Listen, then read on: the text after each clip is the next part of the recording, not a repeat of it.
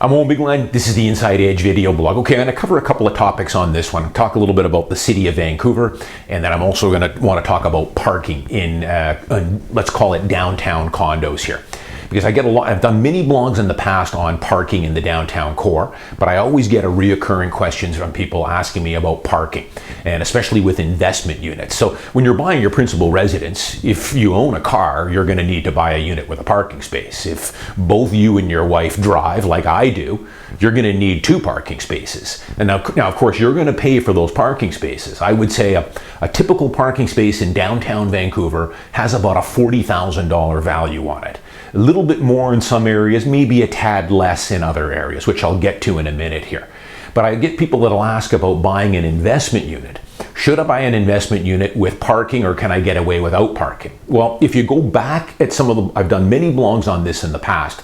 I blogged about 3 years ago about a brand new condo I bought in Mount Pleasant Olympic Village area. And for the first time of any of my investment units I bought one without parking. And it was a bit of an experiment, but there was a good unit that came up from the developer. This was not a pre-sale, by the way, folks. It was tangible, that did not have a parking space. Because at that time, the parking spaces were about close to $40,000 in this building. So I saved $40K, bought the unit without parking. And the reason being is, from my other downtown units, I had been noticing for a number of years a trend where potential tenants were coming to me, and these units all had parking, saying, I don't have a car. I like the unit, but is it possible for me to rent the parking space out? And I would tell them it is. You would have to rent it out, though, to someone else in the building. You can post a notice on the bulletin board and rent it out. But this unit is at $2,200 a month, and it includes 1 parking space. So this was a trend that I was noticing more and more. Even I started seeing it, a few prospective tenants in my Richmond units. So, and the reason being, especially for downtown Vancouver, a lot of these young tenants, first off, a lot of them are in the tech industry, professionals.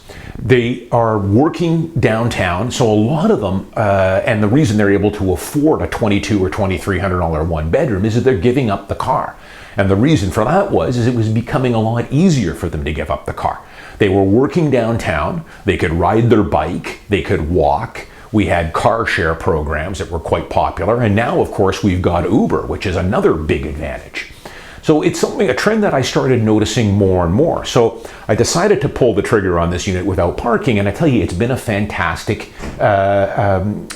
situation for me. I've had just put in my second tenant in this unit. My first tenant didn't have a car, didn't want to pay for the parking, and my second tenant the same way. So it has not been any issues with not having a parking space. As a matter of fact, I would probably do it again on the next unit I buy. Parking would not be a deal breaker for me. However, parking again is nice to have, because I would still say the majority of potential tenants do have a car still. And I think that's going to be the situation here for at least another decade moving forward. We'll see where it goes, but I think gradually more people are going to be walking, riding the bike, Uber, car sharing, etc. And autonomous driving and all that other stuff will add to it.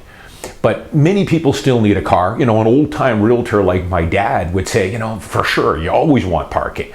Now, he's old school, but, the parking space, generally will appreciate over time as well. And it has. Although, maybe that appreciation on the parking has started to slow a little bit. And, one of the things that I've noticed the last couple of years in buildings, whenever I get a new listing downtown or Mount Pleasant or anywhere, I'll usually go by the mailbox area there, and most of these stratas will have a bulletin board there. And I can tell you that 5, 6, 7, 8, 9 years ago, you would see the odd posting for a parking space available for rent. You'd see a lot more postings for looking for a parking space to rent.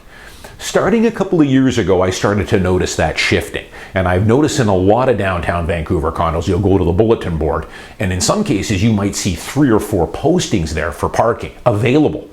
And oftentimes, it'll be a wide spread. Somebody's asking for $150, the other one's asking for $100. You might see an undercutter on there that's asking $85 a month for their parking. Now, sometimes it depends on the parking space, the level, the size, and everything else. But that's a trend that I've been seeing more and more of. is that, parking spaces are available for rent, which I didn't see much of 10 years ago. And the reason for that is like the situation that I was having with some of my tenants. They loved the unit, wanted to rent it, but don't have a car. They gave it up. And that's how they're able to afford that $2,300 a month, because cars are expensive. I think to typical rent or to lease a car or to buy a car, and the payments and the insurance and the gas and the maintenance, I don't know, probably $8,000 to $10,000 a year to run and operate a typical automobile. It's a lot of money. They would rather take that money and maybe rent a better condo. But a guy had asked me recently about buying a parking space in a condo downtown, and should he buy it? The cost was $75,000. This was going to be an investment unit. I said, absolutely don't. I would not pay $75K. You're not going to get that back in rent. You're going to get another $125 a month for your rent with parking. That's going to take an awful long time to get that $75,000 back. So, but everyone's different. Again, for me, I'm not able to buy a home, a condo, house without parking. As a matter of fact, I need 2 parking spaces. Final thing I always want to talk about. As you guys know, I'm usually sometimes pretty critical on Vancouver City Hall, and they're in the news heavily right now. Our mayor, buying these SROs downtown at $500,000 a pop, and the whole situation with Oppenheimer Park and now Strathcona Park. He's under a lot of pressure, and for good reason. But, I'm going to give credit where credit is due here. I think I paint a pretty balance. Now, most of the time I'm pretty critical of government, as you guys know. But I'm just going to brush on a couple of quick things here. Some things that Vancouver City Hall has done right. First thing, I could not believe it, but this summer, Vancouver actually got around to completely repaving the street that I live on in downtown Vancouver. I'm in the West End.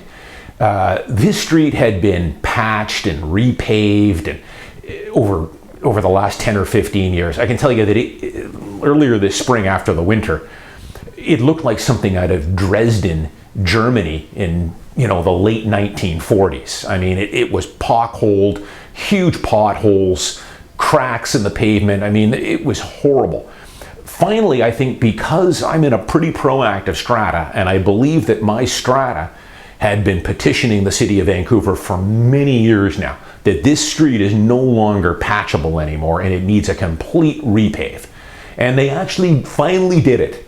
No warning, at least I didn't see any bulletins on it, but last week they posted a bunch of no parking signs for a couple of days, and sure enough, over the course of 3 days, they completely redid the street, and it's beautiful, absolutely beautiful. So hey, every now and again, I think if you pressure City Hall enough, maybe they'll get around to spending the money and repaving your street if it's that bad. Now, if anyone's watching from Vancouver City Hall, I can tell you there are still some streets and alleys that are almost undrivable in Vancouver right now. I had a listing this past winter. It was on the 2800 block of West 4th in Kitsilano. So this is at West 4th and McDonald. This is the back laneway of a fairly nice condo, a 7-year-old building that I had a 2-bedroom listed in. And to get to the parkade, you had to go down the back alley. I can tell you, I have never seen an alley this bad in my life. And we got a little bit of snow back, as you guys know, in January and February when I had this listed. And it made the potholes there, you couldn't see them. And it was almost undrivable. We're talking some 6 to 10 inch deep potholes in this alleyway. So if someone's watching from the city of Vancouver, and I can't believe, I don't know what the situation with the 2 stratas that are along that block, but they should be petitioning the city. This alleyway is almost undrivable. I have an SUV and I had to go at 3 miles an hour, 3 kilometers an hour to get through this thing. It was unbelievable. And I see that all the time.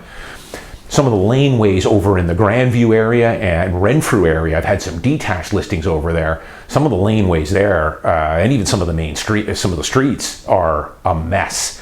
I think you have to really put some pressure on Vancouver City, the works department there, to get around to it. I believe that's what my strata did, and they've been doing it for quite a while, over a year now, to get our street done. But if you give them enough pressure, they'll do it, which happened with here. The other thing I'll give Vancouver City Hall kudos for, A couple years ago, they moved their city planning, their permits department out of City Hall and moved it kitty corner down to the corner of 10th and Cambie in the ground floor in an office building there. Good move. I'm at this department probably once a month. As a busy realtor, especially when I'm listing detached homes. When I list a detached home, I have to make a trip down there. I need to get a survey certificate. I want to look at some of the site maps and things like that. It was a nightmare. It used to be a nightmare going to City Hall. I dreaded it. Long wait times and everything else. I will give Vancouver City Hall credit now. Since they've moved over to that Van City building over there, you pull a number. In the most part, I kind of like to go late morning, early afternoon, and I've been in and out of there lately within half an hour, which is fantastic. The staff has been incredibly helpful. A lot of times you have to pull some microfiche, especially on these older homes, to get the survey certificates and things like that, any building permits that might be on. It's all over the road with what kind of records they keep. It depends on the home. But they've been in last 5 or 6 trips there. I've told my wife, it's a dream now. It's night and day from what it used to be. So I'm going to give them credit with that for sure. As always, I want to thank all my new viewers, all my new subscribers. If you haven't subscribed, please do. As always, thanks for watching, and I'll see you next week.